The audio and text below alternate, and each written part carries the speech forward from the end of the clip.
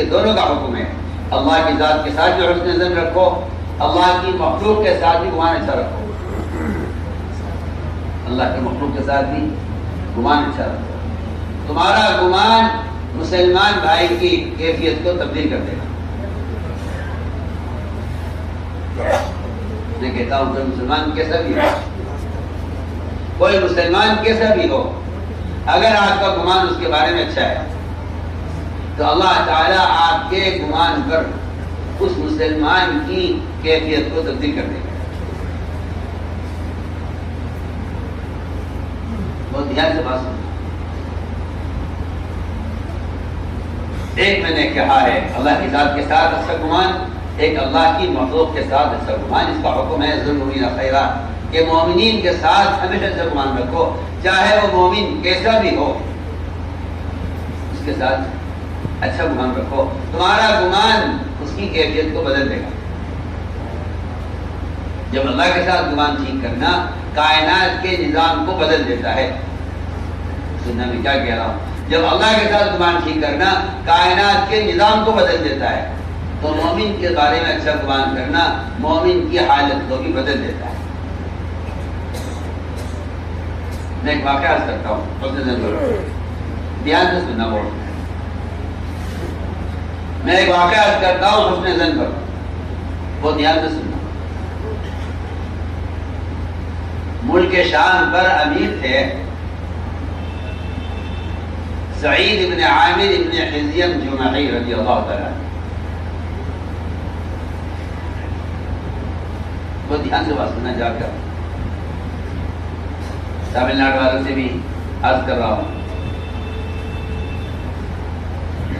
حسن ظن کی طاقت ایک مسلمان کی کیفیت کو بدل دیتا ہے. حسن ظن تو صحابی تھے عمر رضی اللہ عنہ کو ملک شام پر امیر بنایا. سعید ابن عامر ابن حزیم جمحی رضی اللہ تعالیٰ.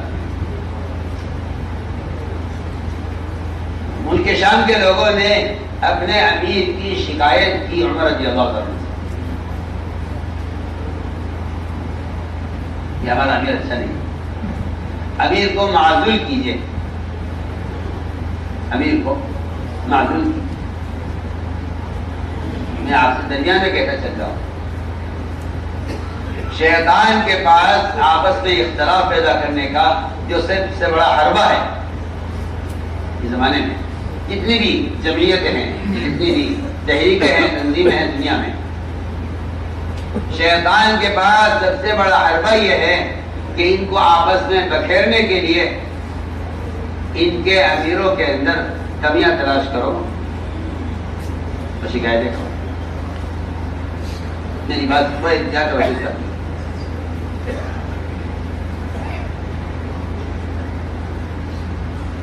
اور یہ مزاج کہ آپ اختلاف کریں اور اختلاف کر کے امیر سے الگ ہو جائیں, امیر سے الگ ہو. میری بات کو دھیان سے سننا. جبکہ امیر سے الگ ہونا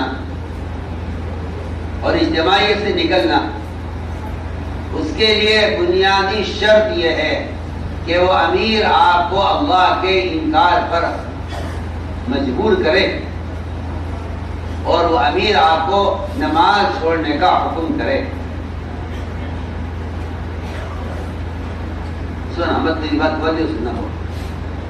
امیر آپ کو نماز چھوڑنے کا حکم کرے اور امیر آپ سے کھلا کھلا آپ کو کفر پر مجبور کرے تو آپ کو چاہیے کہ آپ آپ سے الگ ہو جائیے. عزلت کا اور فرقت کا,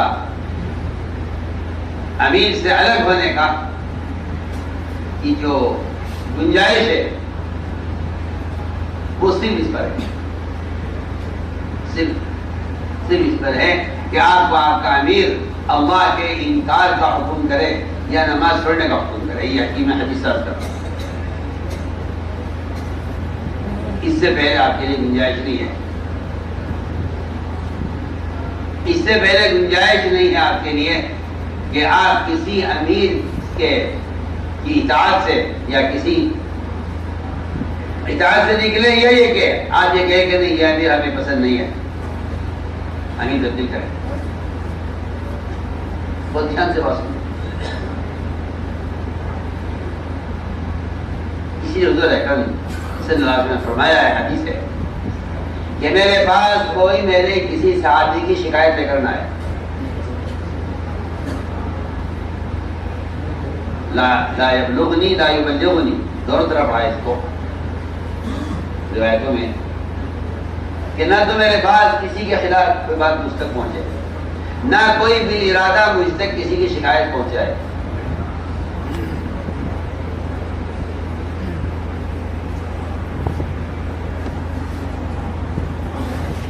نہ پہنچے مجھ تک کوئی بات، نہ کوئی بھی ارادہ پہنچائے.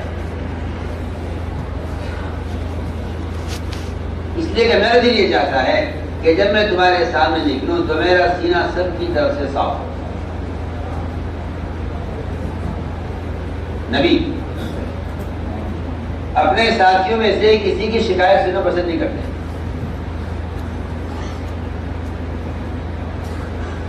آپ میری بات پر پورا توجہ دینا.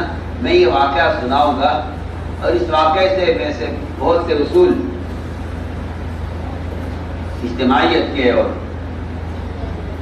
خیر کے، اور بلکہ میں کہتا ہوں کہ اس میں ایک بندے کی اصلاح کے ایسے اصول ہیں. اللہ اکبر. میں تو واقعہ عرض کروں گا تفصیل سے. تو میں نے پہلی بات عرض کی ہے کہ اب بڑوں سے علاقائی امیروں کی شکایت،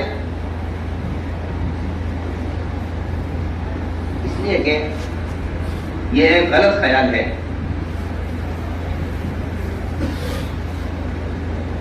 کہ امیر کو ایسا ہونا چاہیے، ایسا ہونا چاہیے، ایسا ہونا چاہیے، ایسا ہونا چاہیے. یہ خیال باطل خیال ہے. آدمی اپنے ذہن میں ایک امیر کو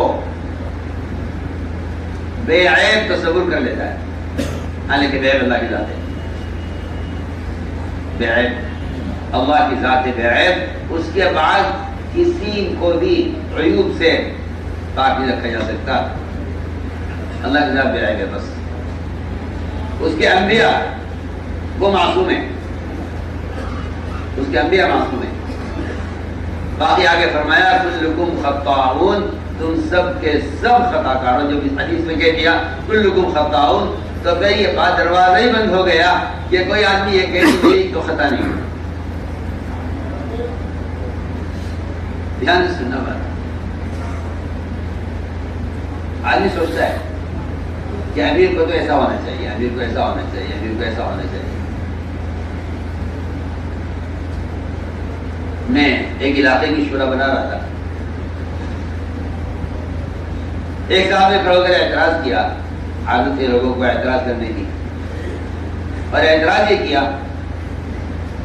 کہ بتائیے ایک امیر کے اندر کیا صفات ہونی چاہیے، امیر میں کیا صفات ہونی چاہیے. ان کا ارادہ کسی ساتھی کو امیر بننے سے روکنے کا تھا. تو جب انہوں نے سوال کیا مجھ سے کہ کیا صفات ہونی چاہیے، تو میں نے ان کو پہلا جواب یہ دیا کہ وہ امیر فرشتہ ہونا چاہیے. ہونا چاہیے فرشتہ.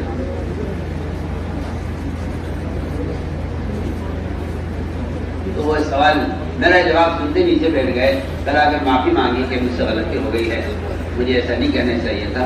آپ کے جواب سے میں سمجھ گیا ہوں کہ فرشتہ تو کوئی ہو نہیں سکتا انسان، اور اس کا مطلب یہ ہے کہ عیوب تو ہوں گے لوگوں کے اندر، مگر تمہیں چاہیے کہ تم ایک مسلمان